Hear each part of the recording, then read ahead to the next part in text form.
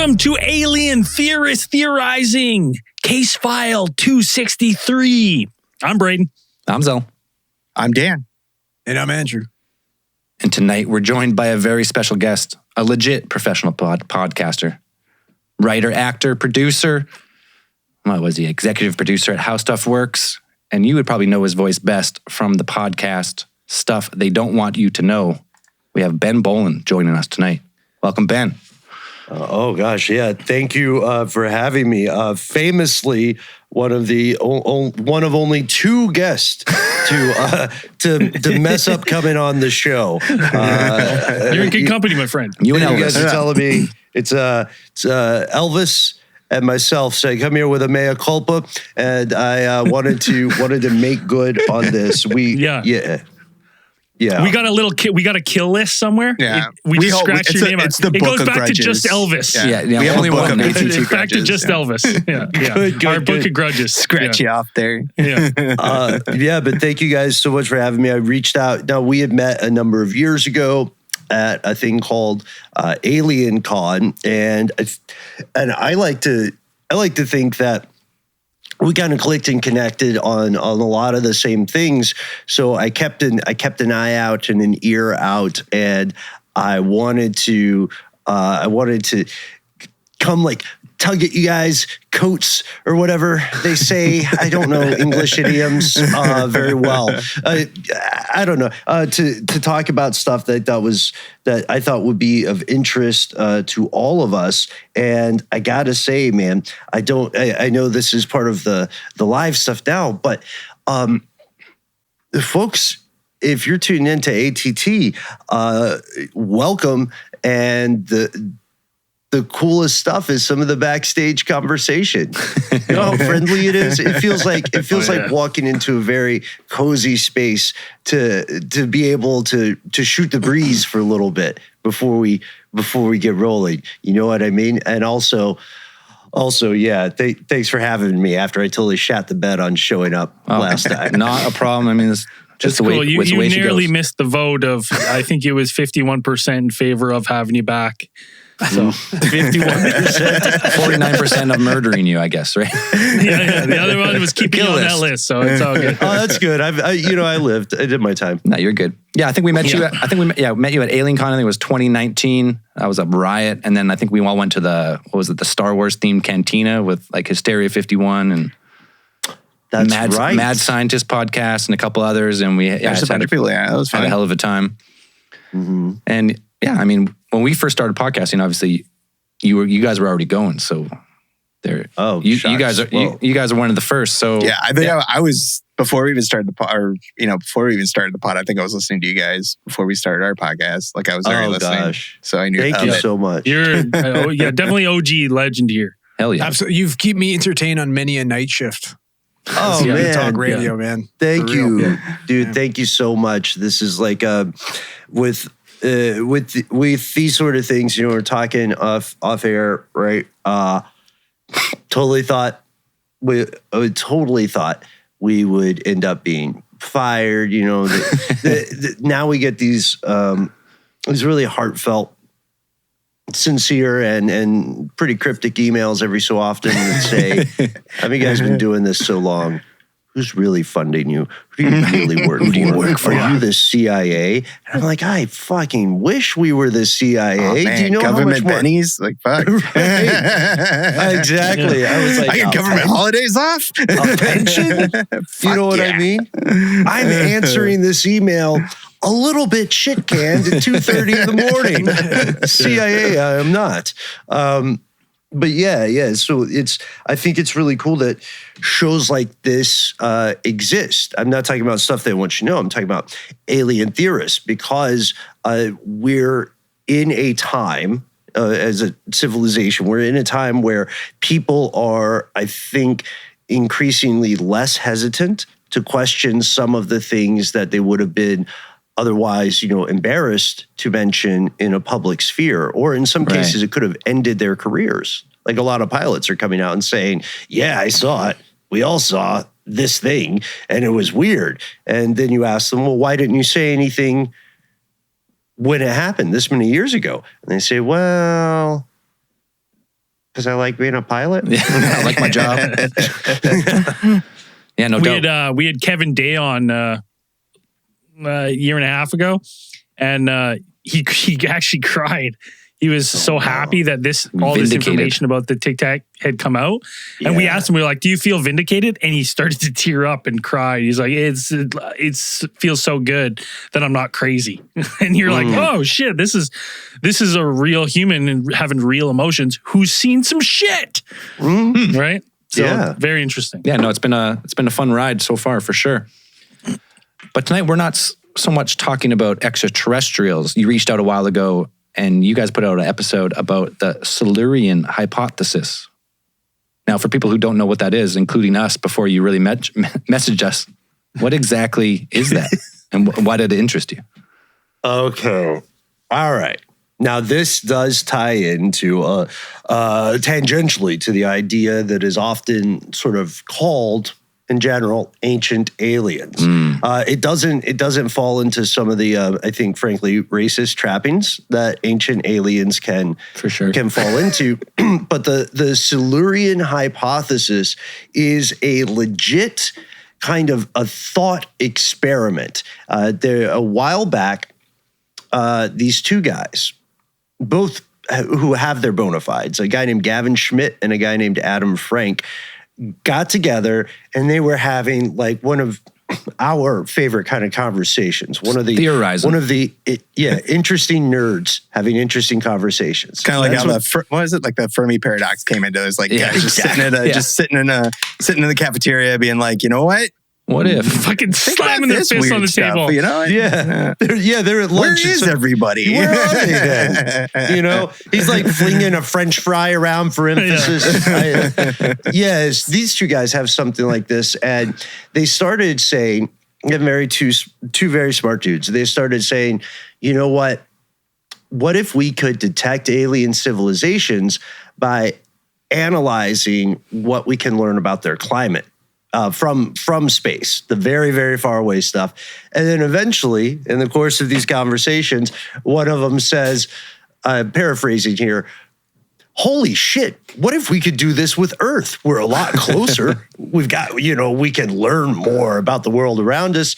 And they call it the Silurian Hypothesis.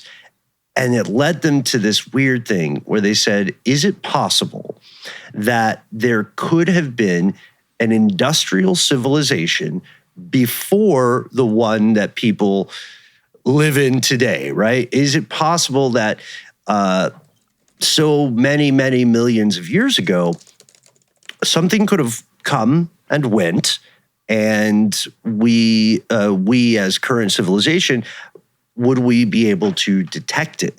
What they found was pretty interesting, even for folks who feel that they are very skeptical. The problem, simply put, is that Earth is a superorganism. It's alive. It's always hungry. It's really difficult to build anything that lasts on the long-term geological timescale. Yeah, like the human body sheds your entire skin sloughs off within a couple of years or so long. And everything's just gone. Not yours.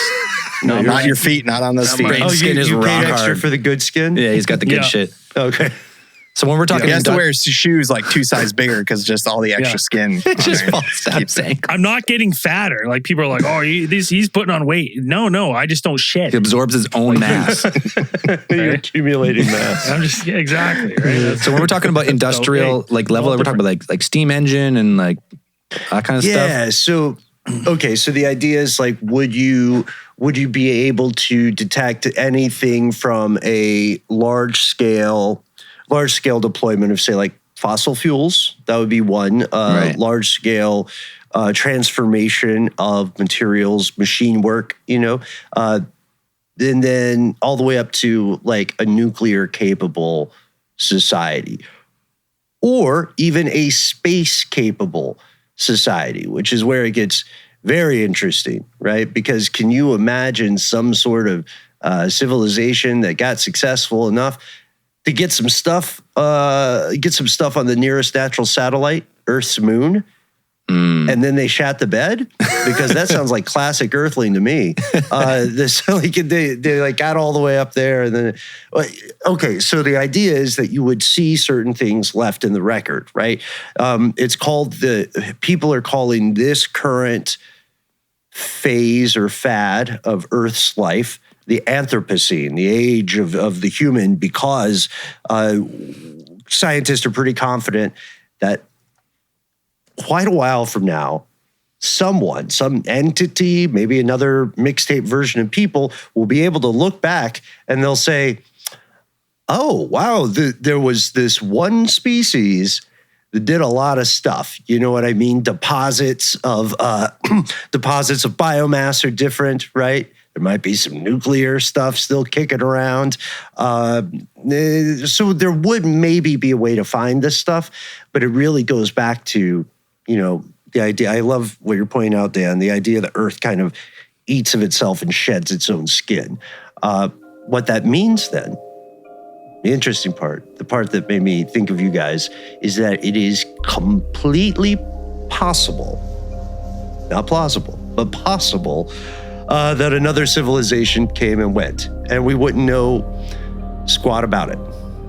All right, Ben's got more stuff he wants you to know, but before that, we're going to take a short break, grab a beer, and we'll be right back. If you want to skip the ads and get the show early, you know where to go. alientheorist.com, hit support, Patreon or Supercast. Boom, we appreciate it. We'll be right back. Right. I mean, because we really only have records of humanity for like 6,000 years, and now we found like Göbekli Tepe, and so like 10,000, 11,000 years. And then before that was an ice age when sea levels were 500 feet lower and covered most of the northern hemisphere.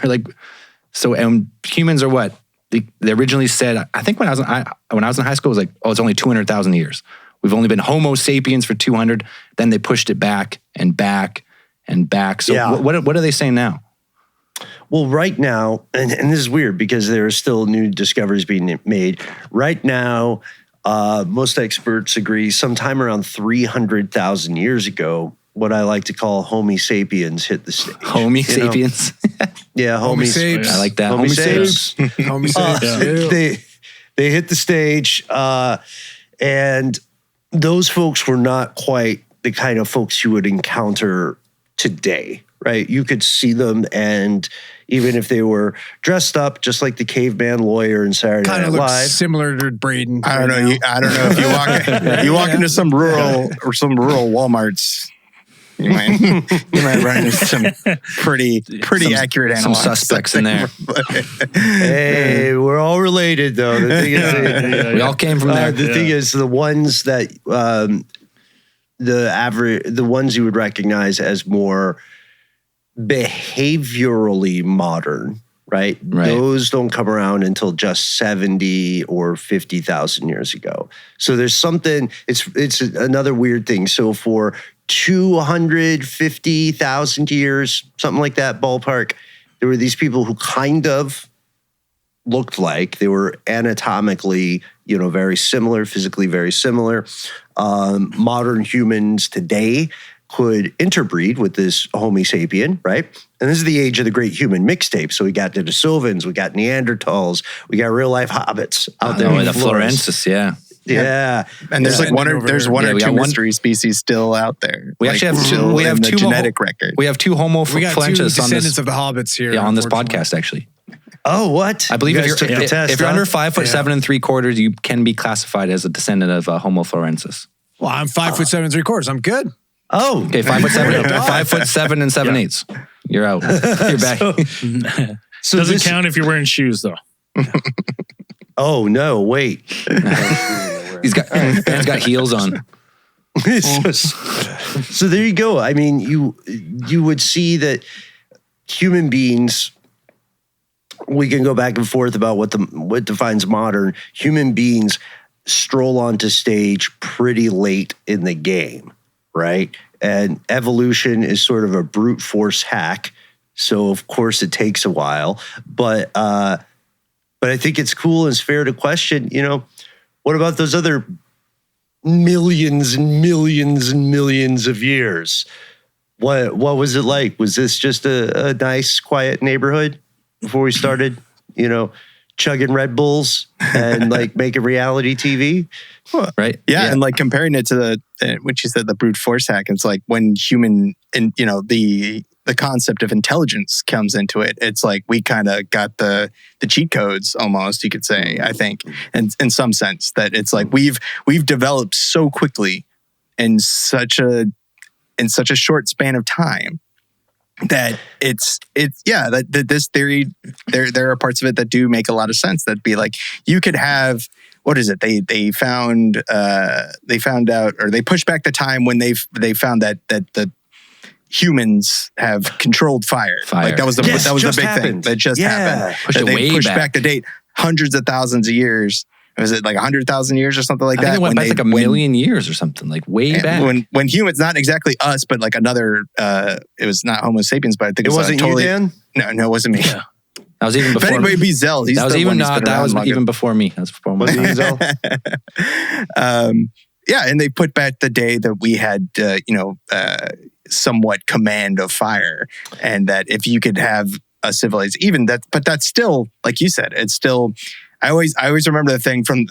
I can't remember if it's like from the eyewitness videos or something I used to watch. But it's like if you took the book of life on Earth, you would have you'd have like huge pages, and like the humans you'd have this entire volume of thousands and thousands and thousands of pages, and humans would come in on like the last half of the last page. Yeah, and that's where the best part, though. That's when everything gets tied together.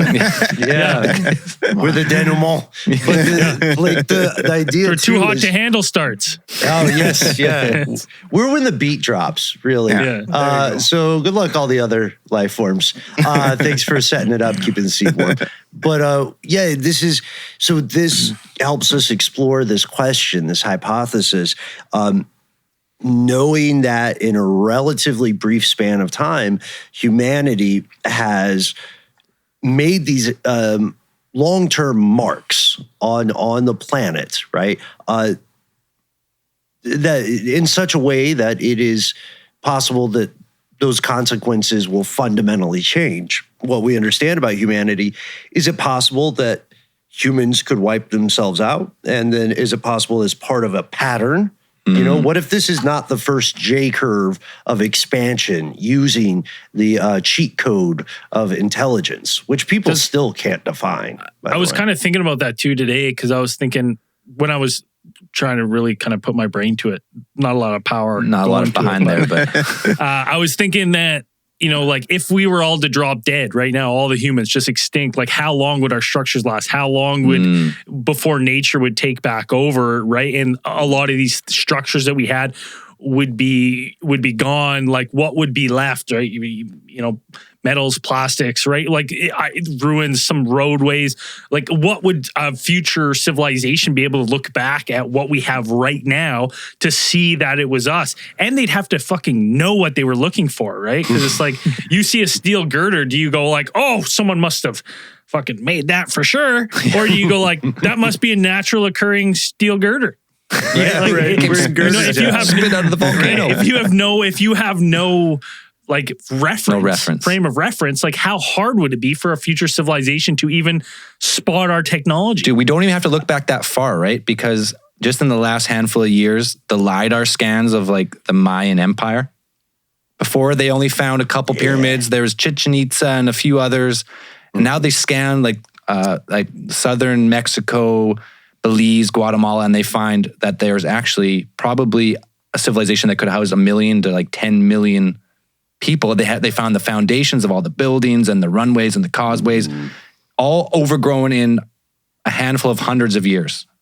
So if you extract that up 10 times more, we probably wouldn't find it because it'd be buried under soil. Like it would all the leaves and roots would degrade and just build up, and we'd probably never find it. So I'm so glad you mentioned LiDAR. Yeah, it changed. It changed the game. It's fascinating, and as the economy scale kicks in, and it's easier and easier for very brilliant but often cash-strapped academic initiatives to search. I think we're just going to learn more and right? more. Because Faulkner's right when he says the past isn't over. It's not even past yet. They just tagged a bunch of new Nazca lines. Like they just tagged a whole bunch of new ones. Like just in the last week or so. It's amazing. People are out there changing the world. One time I fell asleep trying to put on a pair of pants. You know what I mean? Like We've all been there. We've been there. Yeah. I know. We're all shooting from the waist up for a reason, right? Yeah. We do podcasts for a reason. I'm wearing a fucking midriff. He is. This is a common outfit for him. It's normal. It's hot. It's pod uniform right there. You can't pull it down any further. Oh boy. So the Randy Bandy. Yeah. I'm only a size large from the chest up. Like when we talk about whatever, like left behind, like what about like byproducts of like let's say like for example like byproduct of commercial development like microplastics, right? Like that shit's it. We're starting to see that in breast milk, right? Like that is everywhere now. Part Do of you us. think we'd be able to find something like that from these advanced civilizations? Like, and then again, like these are industrial advanced civilizations. Yet we can still find these like, precious metals and stuff like that without having to like, look that hard. That's a great question. That's something we actually didn't talk about on the show because the microplastic thing, you would ideally be able to say this material is synthetic, right? This version of petroleum or petroleum products doesn't occur naturally. But then it would be so widespread by now that you might also think, okay, this just used to be a much less hospitable climate because that's what all the scientists say about ancient Earth, right? They're it used to be just fucking lava everywhere. It was nuts. We're lucky to be here. The world was a terrible place. Yeah, I think that's brilliant. A lot of it's in the eye of the beholder too. As much science as you can bring to bear on this, there is a human element that becomes involved because inevitably we're talking about a sample size of one, right? There's just one example that people know of, and we would compare everything to that example. Like to that idea about the girder, I always think of this too. Every time I'm in a city that has a lot of bridges and skyscrapers, I think of some like future historian coming back, doing their like version of the future Netflix documentary. And they're like, this city is made of temples to the penis, which was worshipped in these times. Note the aqueduct system, right? That keeps all the worshippers of these penises supplied with fresh water. They're not so different from you and I. You know what I mean? That shit happens all the time. But the microplastics, I'm going to hold on to that one, Andrew, because I think that changes the calculation in a serious way. One of the ways that our buddies who made the Silurian Hypothesis think about this is in the half-lives of radioactive material, right? That's something that would have some lasting power. And outside of one place in Gabon, I believe, you would have to have an intelligent source creating that stuff, right? And it's very hard to get rid of. So that's the example they went with. But we got to see what these guys think about plastic. Well, plastics, I'm thinking about it right now. So say you are, I'm thinking about it right now. And forget those guys. Forget those motherfuckers. Right here. I'm going to tell you something about plastic right now. Lay it on us. So say, because we're saying like we're humans, like we've evolved. Are we? Yeah, we Are are humans, if you didn't realize. No, but I'm saying we evolved. 50% of this podcast is human. Did you just assume my species, bro? I'm very sorry. God, you're so anthropocentric. I'm a terrible person. No, but like we're humans and we extracted fossil fuels and we made plastic. But we're talking about a civilization before, it could not have been mammalian. It could have been a different species from the hundreds of millions of years, let's say. Let's just go with dinosaurs. We talk about reptilians all the time. Let's just go with dinosaurs. We know that some of them had a bigger brain than others. They were fairly smart. They evolved to birds. They worked in... those are the Those are the Sinclairs. I watched the show. I know all about them. But maybe a civilization evolved to industrial age stuff, because in the industrial age, like steam power, we did not have plastic. We used everything metal and wood, and clay and whatever else we could use to form and mold and move stuff. But there's no plastic. We're only like 120 years of plastic. Materials are so readily available, right? Like, don't you think those stores would have been fucking completely depleted by now? Clay and stuff? No, clay and metal. Well, no, like precious metals. Yeah, like Andrew's saying that if you perhaps had a civilization that ran on types of like ores, or they ran on precious metals, like you wouldn't find that stuff as close to the surface as we did earlier. Now you have you have the industrial, you have industrial ore production and extraction and stuff like this. You have these miles down, shafts that go down to the earth, like 5-6 miles, whatever. And it's all like, you would be very hard pressed to find any precious metal above. Within what time span have we had to resort to going that deep? Yeah, but there's so many precious metals in the world. Like, how many people would it take to extract all of those out of the timeline, I guess? Yeah, get it together, humanity. Chop, chop. Extract more. Do better. Of course, I mean, you could also be like, like I said, like maybe we're being a little bit too anthropocentric about it. You're talking about sample. We have the sample one. We're the only intelligent species that we know of at this point that can manipulate. Maybe another civilization, they didn't put so much value on gold or precious metals. Like maybe their technology was not so much based around what that was. They used some other type of material, maybe they're alchemists. That too. Love it. There's more utopian. They're advanced you find civilization. Philosopher's stones all over the place. Like you just pick them up off the ground back then and just turn anything. Yeah. I mean, it's a good question, because what I think we're all pointing toward here is sort of interrogating the assumptions that come out. Like, we know this about our current society. It's very easy for a lot of people to say, yeah, of course they used our particular approach. They took what we call fossil fuels and they just went ham because that's what we did, and we're so friggin' smart. But that is an assumption, and that's a stumbling block. There are a couple of other, surely, like you mentioned, precious ores, there are other things they could do. I love the alchemy idea. Let's just go for that one. I don't know if I can vote as a guest on the show. You can. But also, what if it's entirely solar power? We talk about this with the concept of extraterrestrials all the time, right? The Fermi paradox argues that, yes, statistically, intelligent life is out there, and that also, yes, we're probably not going to find it or exist in the same time frame. But another question is, would those two very different things be able to recognize each other as intelligence? Would we just be thinking, wow, these gigantic chains of hydrogen molecules seem to behave in a very particular way? You know what I mean? And is it possible that if something came before, it was so very different, so inimical to our understanding that we wouldn't be able to recognize it? I think that's pretty exciting. And maybe a little depressing, but it's interesting. How will we find it?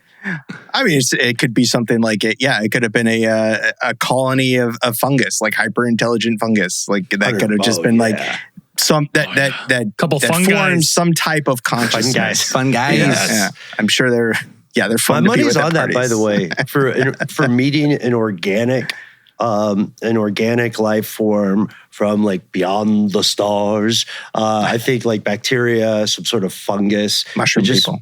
Yeah. It would just be amazing. That just takes over like human minds when you meet it. Like you just breathe in the spores and you're like, ugh, and then it just talks through you. Yeah, I'm on. And then the only thing that can save us, the only thing that will be able to save us is a Italian plumber and his brother. Yeah, that's it. That was a documentary. I'm telling you, that movie's a documentary. Like, it's real. Bob Hoskins and John Leguizamo, and their pet raptor and their pet weird lizard thing. Man, I haven't rewatched it, but I remember thinking they made some definite choices with the Goombas. I feel like it was easy not to mess that up. But but how would they show the effects of the de-evolution ray if you didn't? Oh gosh, that's right. It's all coming back to me. Bob Hoskins breakout role. Yeah. Fucking amazing. Really made his career. I think he was on Inside the Actors Studio talking about that, you know. And how he was too drunk to remember. He doesn't remember any of it. He was too drunk on most of most of the shooting. I think he was totally plastered. Is that true? Freddie was such a one-hit wonder. I would have seen him in more stuff. Who framed Roger Rabbit? Oh, yeah. Come on, man. That was a banger. Okay, slight tangent. Sure. So the villain in Roger Rabbit, right? Yeah. The spoiler warning, folks. Okay, Not needed. Spoiler warning. Not If needed. you haven't seen the 20-year-old movie. Right. The Titanic sinks. Abe Lincoln gets shot. Roger Rabbit. Yeah. Whoops. Roger Rabbit. The main villain turns out to be a tune himself. But it always bugged me. What specific tune is he? Because almost every other one is identifiable, right? From the days of like the silver screen and the funnies on the Nickelodeon even. But that guy just is a tune, which somehow not being identified made him even scarier. And I spent So scary. way too much Dude, time. when he fucking melts that shoe, that was horrifying. That was literally horrifying. They don't make those movies for kids anymore. No, you know what I mean? Can't. I don't think it was ever a kid's movie though. Like I don't think it was ever supposed to be a kid's I just had bad parents. But no, that's a good note. they're like, it's got cartoons in it, so it's a kid's movie. And I'm like, There's a reason why Jessica Rabbit was your dad's favorite cartoon. Yeah, I would be like, it's got cartoons in it. It's a kid's movie. I'm like, Japanese animation. There's a bunch of shit in there that isn't for kids. That's cartoons. They have a lot of cartoons that you should not watch, kids. That's with that tangent aside. So we get to this because we're talking about these the idea that we might not be able to understand another life form, right, from beyond this planet or beyond the solar system or what have you. But still, we have to realize we might not be able to really understand some ancient civilization that came and went. They might, fire might have remained a novelty to them. I doubt that. I doubt that, but it would be funny if those things exist, if some ancient civilization existed, if they came back and they said, whoa, you guys are eating the other animals? That's fucking crazy. You're wild. Holy. Or what's an even a bigger, they come in and they might be amazed by stuff. There's no proof that every civilization discovers the same things, right? Or practices the same technology. So they might travel here and see microplastics again. And then they might panic. Right? Like, why did you guys do this? You fucked up. You fucked up. It's literally in everything. Did you not realize what was going to happen? Did you not think about the long game? We left alchemy instructions everywhere. What about all that shit we shot into space? But that's an interesting point. Is that if it were, that would be the most telling sign for me, somebody who's the designated skeptic on this podcast. What I would look for, especially, is even though you have these things that, geologically, biologically, things could break down, things could be, subsumed into the earth and taken and ground down into nothing. What you would be looking for is for things like physics wouldn't really lie, because it would be like, okay, if these things were smart enough to put something into space, you'd be like, there are only certain paths that you would want to put things in order for them to survive for a long term, like a satellite or something like Black Knight satellite. Black Knight satellite. Right? That's what's up there. That's from the dinosaurs. But when I think about it now, I'm like, even a satellite. And now I think about it, is even a satellites, they're in degrading orbits. They're still if they're not constantly maintained and they calculate for corrections, they're still, unless you put them they're still going to come down eventually, right? Yeah. And I think one of the I think they was in the Silurian Hypothesis. It's in the paper that the two guys published. They were talking about one of the the easiest way and the biggest way we could probably figure out is if they had made it to the moon or another planetary body. Yeah, something with a less hungry ecosystem, to say the least. Much less erosion. Yeah. I think about that too, especially when you see the renewed push for a lunar foothold, right? The Artemis. All it takes, man, is one big country saying, well, we're going to do it. For like several other countries to go, but also we're in the race now, you know? And if there is something that could be discovered, that it would fundamentally, I mean, it'd be the biggest thing. It would be the biggest thing since learning that humans are a thing, right? You would say, oh crap, the sequel, or is it a prequel? Dum, dum, dum. And my question for you guys is, if something like that happened, if there was a discovery like that, do you think the people who discovered it would go public? Would it be like a big secret? No, they don't want you to know about it. I don't think there's a way. I don't think there's a chance in hell they'd go public with it, because there's people that I think in our society right now, with all we're so divided in interest that if whoever gets there first, if they get something and there's any kind of information to gather from an ancient civilization that was there, they're going to want to take that and then try to basically, they're like, what is there to know that we didn't know already that we could possibly give us a leg up on our rivals, right? Gotta utilize it. What could this give us a leg up on the Russians, right? Can we figure out if there's something back on Earth, is this going to help us against China, right? I just think there's this like real Earth effort of like not it's a human trait. Like, holy shit, we're not here first, everyone.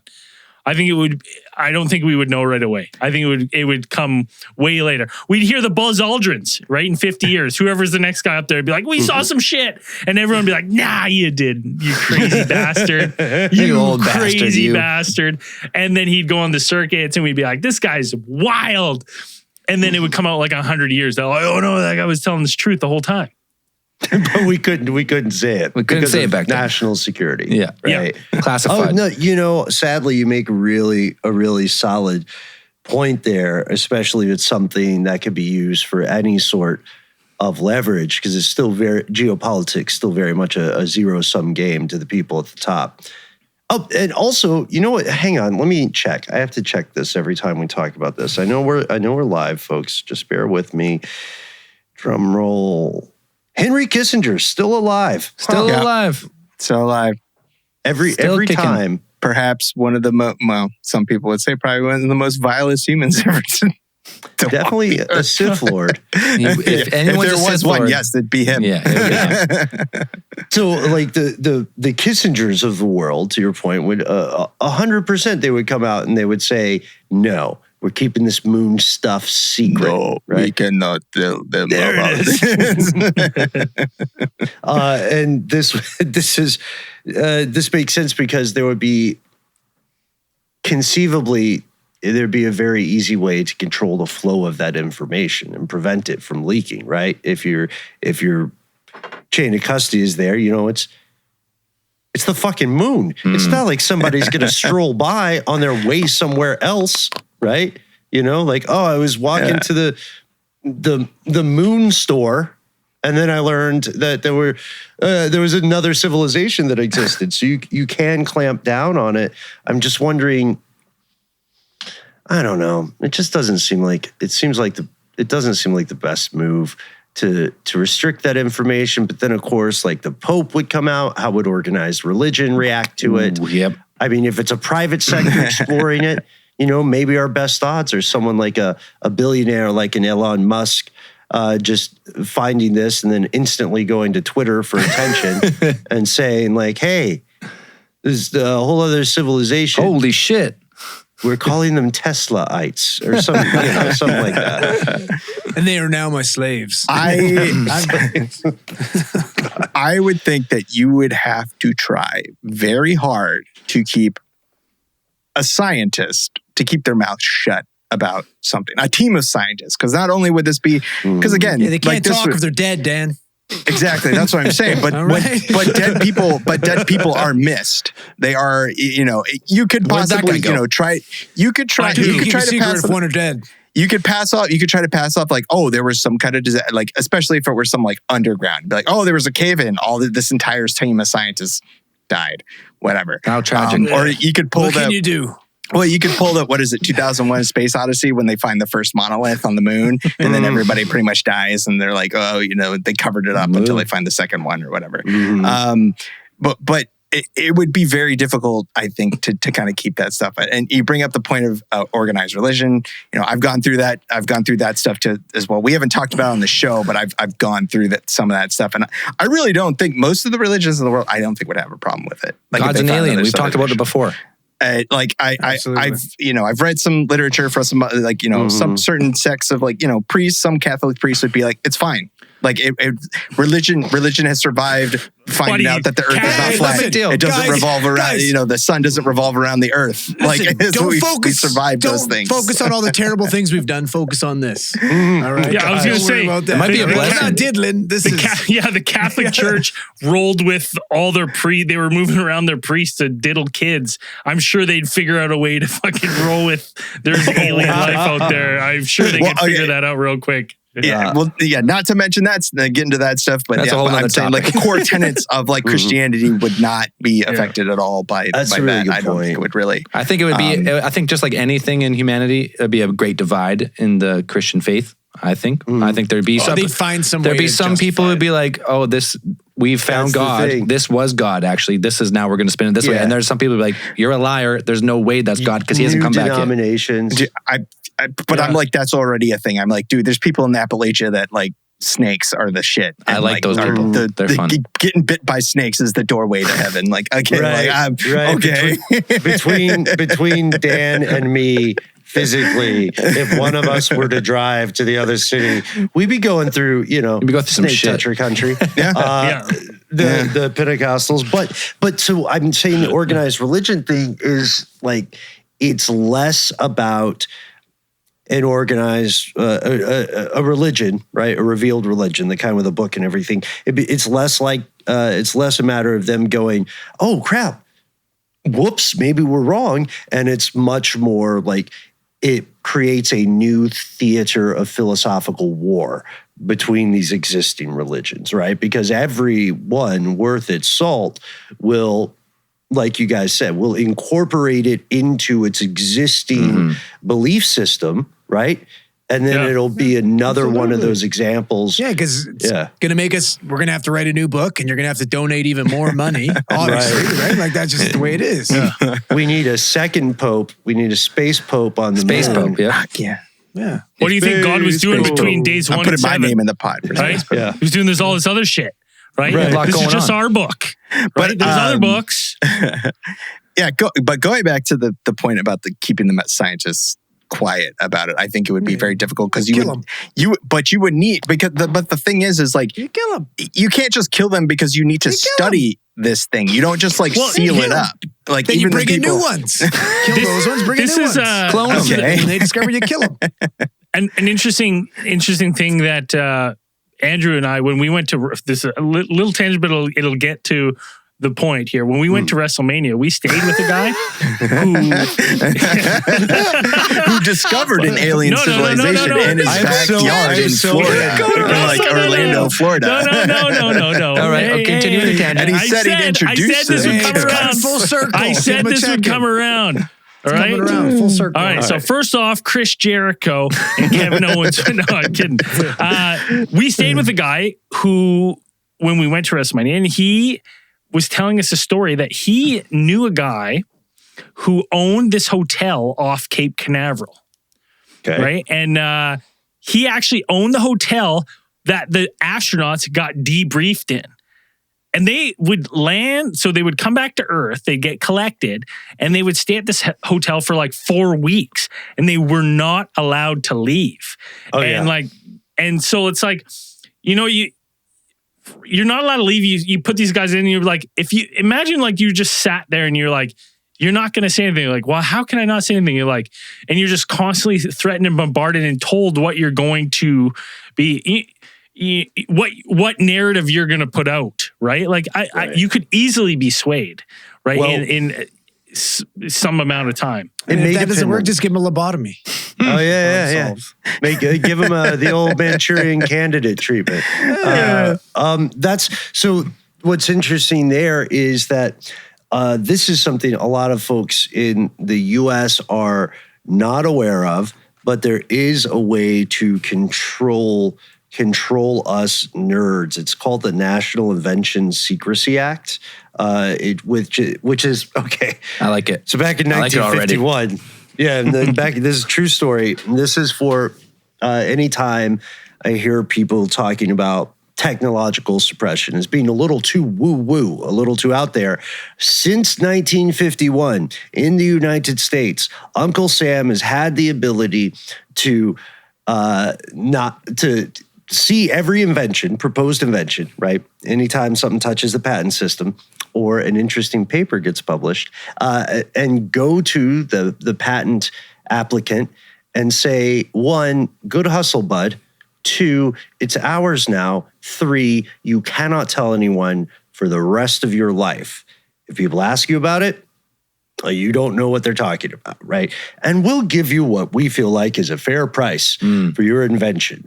That is a very real thing. And it is so, I mean, you can Google or use your search browser of choice for Invention Secrecy Act of 1951. And what you'll find is even today, the public is guessing at how many different breakthroughs have been pulled into this.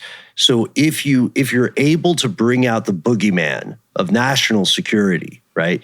A place on the global stage in almost any country on this planet, then you'll see attempts like these laws. So I can only imagine the same thing would apply in space law. I'm being very lazy with the sci-fi now. Like, just put space in front of shit. Space law, quantum. Well, they do have space. They do have space law in ISS. Like the ISS does have it. The ISS does, like the ISS and above there. There is they do have an agreement. There is like an on the paper agreement that there is. Hasn't there been a space crime committed? There has. They drilled that fucking hole in the one module. Oh no! And somebody was emailing sexually assaulted or something. Yeah, there's some kind of email thing going on. That's why we have Space Force. That's why we have Space Force. That's why. Right?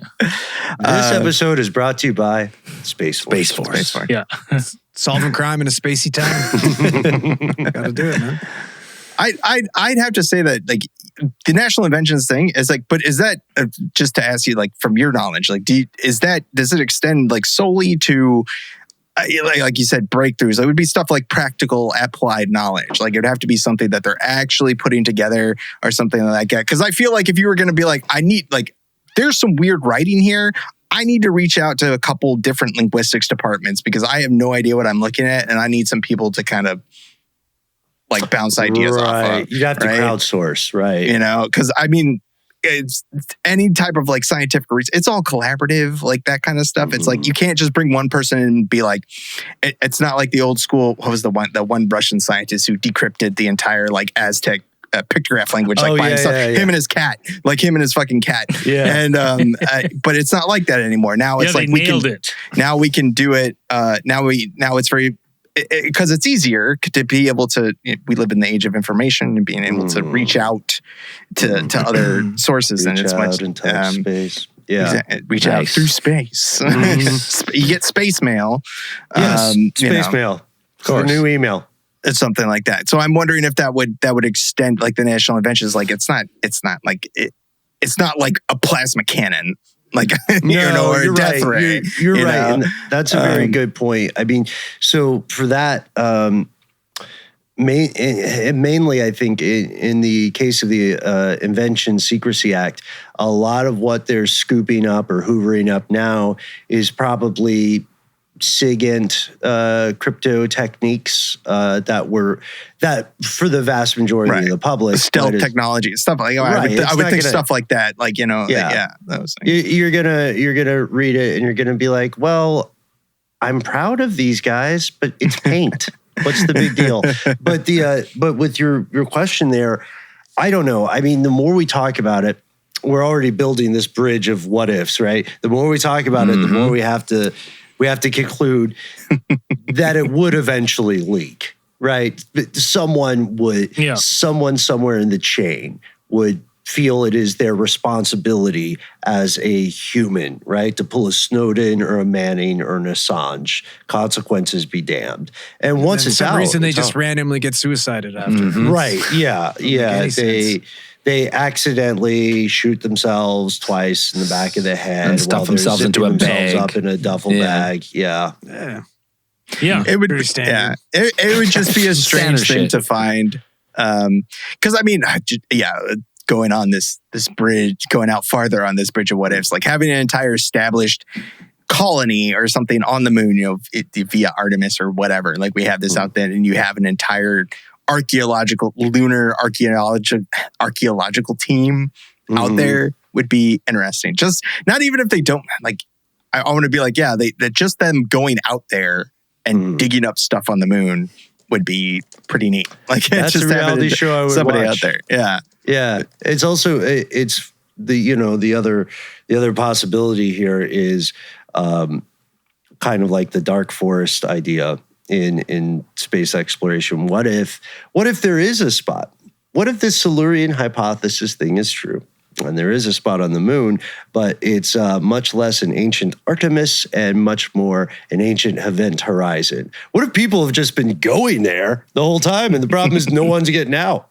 Just go hang out for a bit, never get off. Yeah, I mean, like that's the kind of news I think governments would agree to keep secret because it makes them look thoroughly out of their depth. You know, back to 2001, it's like it activates the signal. And like it puts out. It's like they've made it here in great enough numbers, and they have showed us technological advancement to such a level that there is a signal that goes out to wherever. I love it. This civilization. The world powers are like faking meetings for other reasons. They're saying, okay, we're going to have a nuclear summit.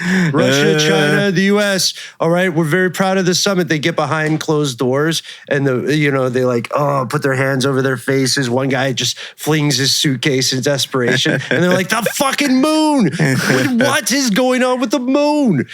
And it'd be really interesting if that signal's been broadcasting for years since we've made it to the moon. And it's always just an update. Like they have this huge meeting of all these world leaders, and they're like, still beeping. Nothing's happened. Still beeps. Oh God, thank you. Oh God. Like they're all just like, fuck. It's time for the moon update. Like, you know, it's like everybody goes to G7 and they're all like, it's time for the moon update. And then the guy comes in with a bunch of paper, a bunch of like whatever, like, you know, like stacks of paper. And it's like, we've analyzed all across all the radio spectrums and no change. Like, oh, fuck. Have we decoded the signal? No new developments. Like, God damn it. That would be amazing. Right now, of course, there is no solid proof of something like the Silurian hypothesis. These guys are just very brilliant in pointing out the problem with gaps in the historical record, the relatively limited scope of understanding that humanity has. And as long as those kind of questions are out there, I, like you guys, am fully Fox Mulder about this. You know, I want to believe. Give me that UFO poster.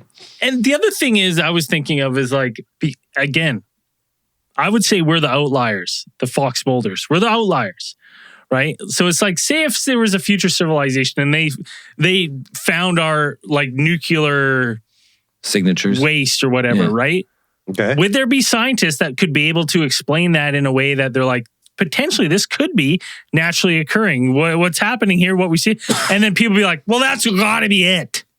Right? Because do you know what I mean? So they're looking at the problem and they're making a solution that they would be like, well, this could, that they're comfortable with it. It's easy. This doesn't mean that there was a weird ape race before us, lizard people, right? And they were bombing each other with nukes. This was some sort of natural occurrence on Earth, and they spell it out that way just because it makes them feel good about themselves. Well, that would have to be if we're talking about humanity, because now we have this. What's the element? It's only refined like through plutonium-244. It's only done in like some rare cosmic events like supernova and stuff, or nuclear fission. Like, Right. so if we're talking about humans of the future, like for some reason we get wiped out down to like 1,000, we go back to the Stone Age and restart it again in 50,000 years, we come back and we get the same science we have now, and we're able to dig back. We find Chernobyl, we find these places with this element. And we could, if it was us and we had the same way of thinking about the periodic table, and like there's only a couple ways this can form. Either we were way smarter at this era in time, or we got hit by a supernova, and that's what wiped us out before. Like there's got to be some signatures if physics is a universal constant and it's not something that we've just made up, let's say. Because right now we think like all these laws must be universal to our universe. There's got to be a couple that like that type of signature, which would signify like we manipulated matter or supernova, like something that advanced, right? Right, assuming that would be recognizable to the people searching. If we found the same, if we followed the same line again, if we got set back and then restarted in a linear line like we did before and came to this conclusion, and we dug back to Chernobyl, we found the signature, like, oh shit, maybe these motherfuckers, and they come up with their own name. It's not called this, because we talked about it earlier, but isn't that, Dan, what'd you say? It was like a Doctor Who reference or something? Well, yeah, the Silurian Hypothesis is they're a Doctor Who villain species. They are a anthropomorphic dinosaur species that live near the core of the Earth, and they pop up periodically to have some.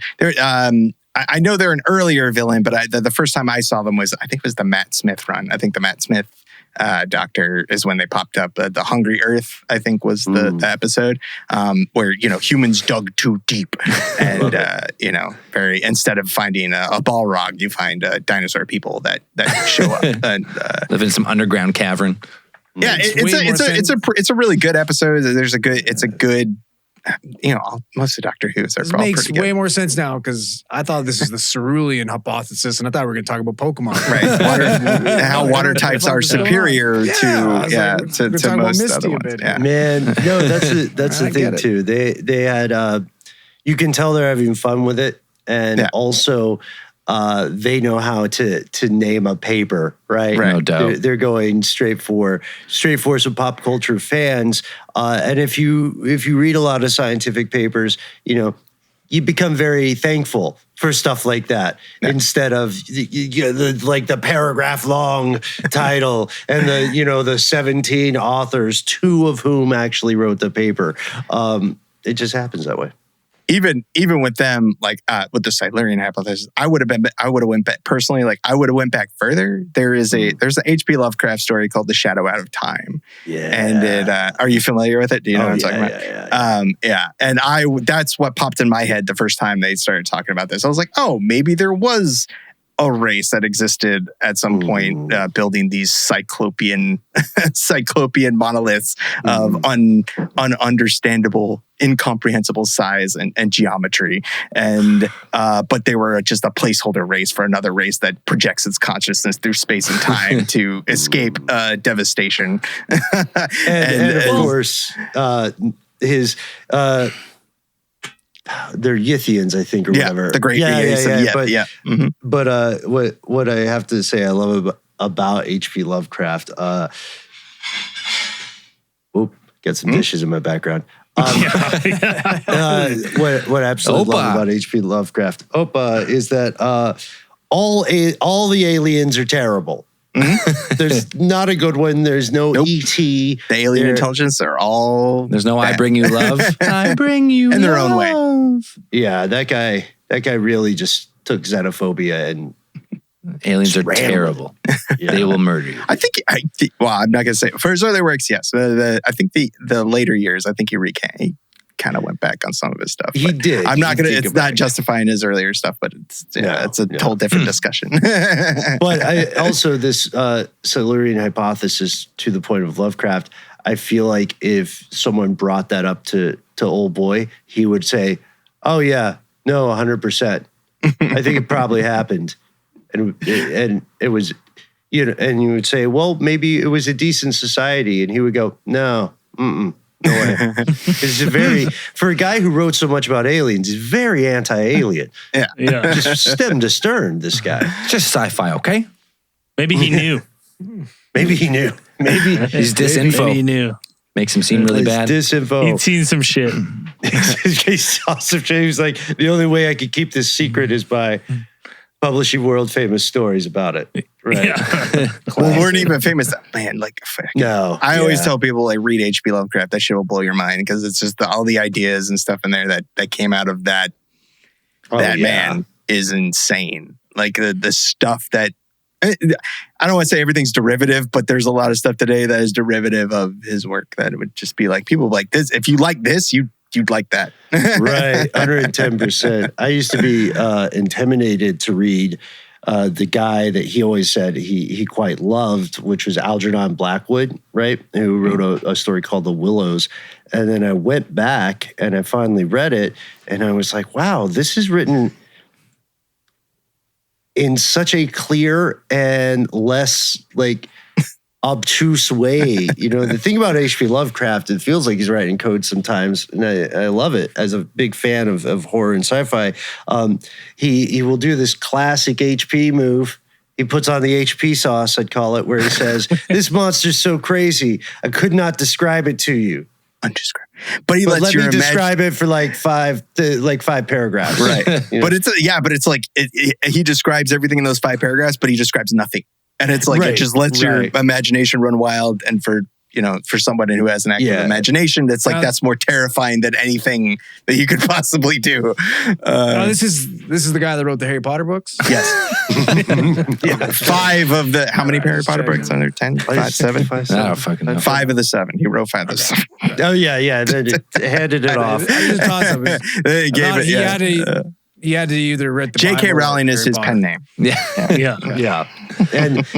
And with this, I want to thank you guys for letting me join you on this wild ride. And I bet I bet you're getting weird stuff too, man, about people commenting. I hope somebody's commenting with proof of the Silurian hypothesis, right? Hell yeah. I want to see it. I mean, just Well, we got the fucking anti-Kythera mechanism.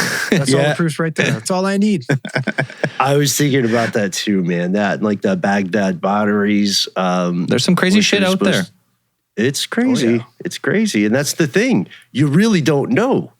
Some of the smartest people in the world are working around the clock. Yeah. Trying to figure this all out. I mean, we go back just not that far. I mean, like we talk about like the pyramids all the time, right? Just like all these ancient structures that are like, we don't really know, but this must have been humans. But now it's like a lost way of building. We just don't really know. We talk about Göbekli Tepe's fucking middle of nowhere near water. Oh, yeah. They backfilled a superstructure 7,000 years before they said agriculture. anything else could have been built like that. Here's a structure. I mean, it's like That they backfilled. It It's doesn't make crazy any shit. sense. If that's crazy not shit out there. evidence of some sort of pre-existing widespread civilization that had technological advances that we didn't know about, I don't know what is. I mean, it could have just been, like a party venue. And they're like, cover it up. No, I think People No. go way out of the way to visit, like Bonnaroo or Red Rocks or, all these sort of things.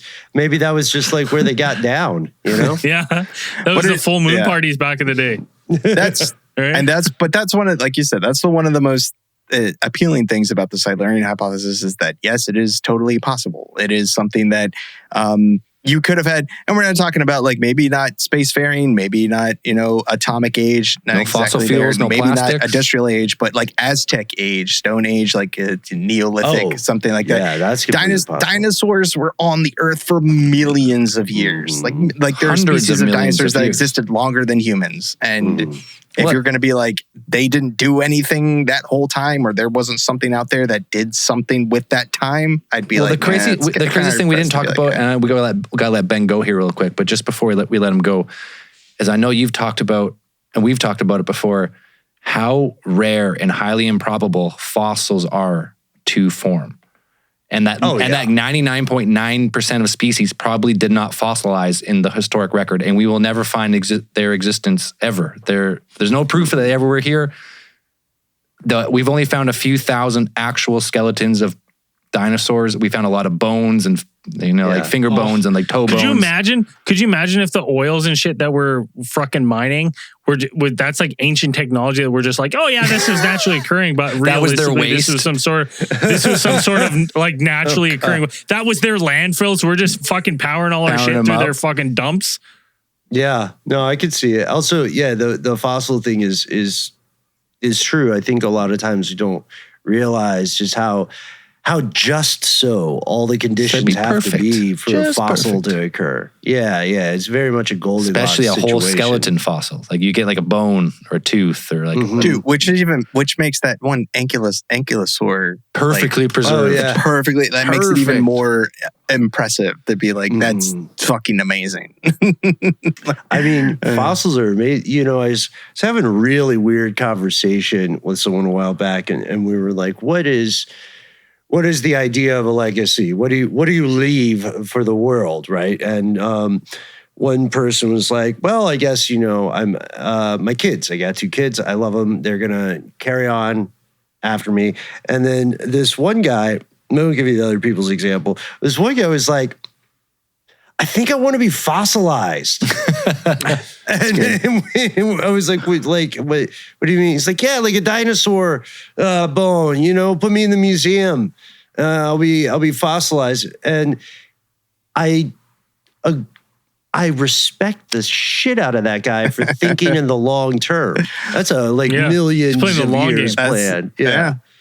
You know what? I got too much shame to even donate to Body Works, to be honest. I don't want anyone seeing me naked. I mean, you wouldn't have skin left, but it doesn't matter. Your penis doesn't matter. Your tiny penis would be long. I don't want people even decomposed. guessing. Yeah, all right. You shouldn't. I think you should. I don't know how it works.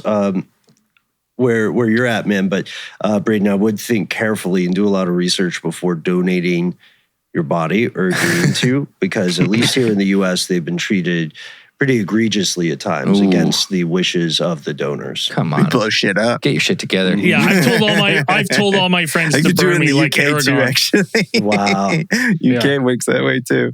All right, just before we let you go, Ben, I just wanted you gave us a couple quotes in your notes that you sent over, and I thought they were like pretty interesting because these guys, Frank and Schmidt, they're legit like top in their field. They're not saying like, oh, there's dinosaur people, but they're like just pondering the idea, like, what if this is something we should look at in the future? And maybe if we find the right signals to detect, maybe we will find evidence that there was a pre-human, not even mammalian. It could be something we have no idea. Like we've been saying like, we're thinking like humans, like what we would have done or what we will do. Yeah, we're thinking what we know. What we know. But they say in the end, there's an interesting paradox in considering the anthropogenic footprint of a geological timescale. The longer a human civilization lasts, the larger the signal one would expect in the record. However, the longer a civilization lasts, the more sustainable its practices would need to have become in order to survive. So you become more efficient, more environmental, you leave less of a footprint by the end of the civilization, which is when like the footprint of your civilization would be the most.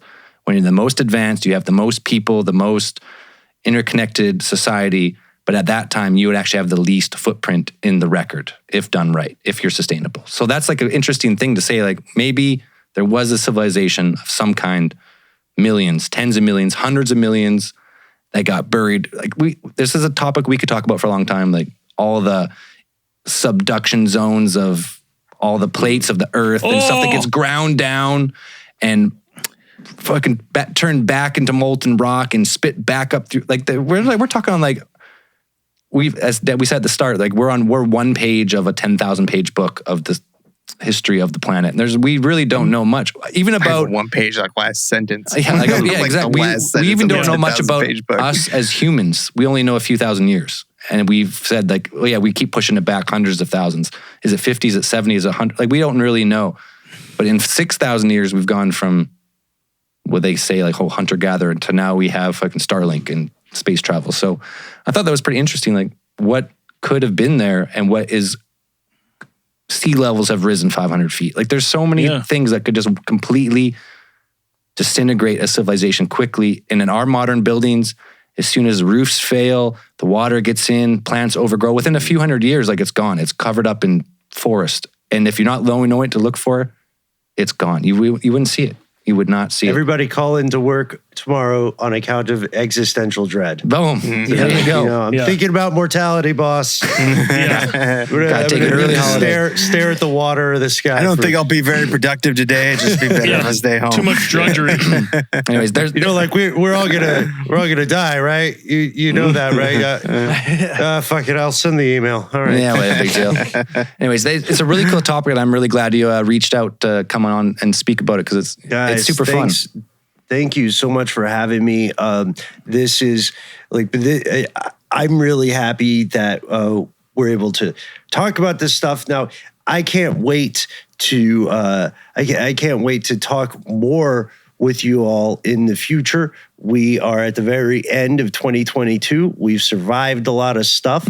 So let's try to get together in 2023, assuming this whole thing doesn't burn down. Hell yeah. Absolutely. Now, Ben, before you go... Even then, we can podcast as it's on fire, right? We'll dance. We'll go down with the ship. Nero style. Yeah, go down with the ship. Yeah. Ben, We'll just set up we'll set up a nice table. Microphones and infrastructure will be all down, so we'll just use sticks. Yeah, it'll be fun. We'll do it live. You know, we'll have a little sign. We'll say, what do you think about the end? You know, be on our show and we'll give you some bread. Awesome. Ben, for people who have never heard you speak before, they're living under a rock, but shame on you. Yeah, where can they find your podcast? Where can they find more about you? Sure. Thanks so much, guys. You can find me in any number of places. Most particularly, check out Stuff They Don't Want You to Know. Again, we would have picked a shorter name if we thought we'd be going this long. We cover a lot of stuff that would interest you if you're a fan of alien theorists, which I am. You'll also be, right, I'm supposed to tell you about the book. Oh, yeah, the book. It's called Stuff They Don't Want You to Know. So you know they're legit. Get it. How'd you even get that published? A lot of going back and forth with publishers and legal departments, actually. It's a lot of work.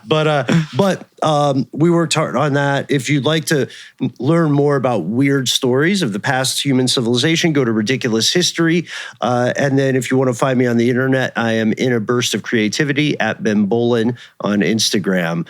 You can also find me on Twitter, at Ben Bowlin HSW. And then hopefully you can find me on this show in the future.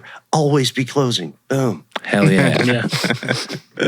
All right, we're going to let Ben go here. We're going to take a short break. We're going to continue with After Hours. So if you're listening on the public version, that's it for this week. We'll see you next week. For everyone supporting the show, we'll catch you on After Hours. Keep those eyes on the skies.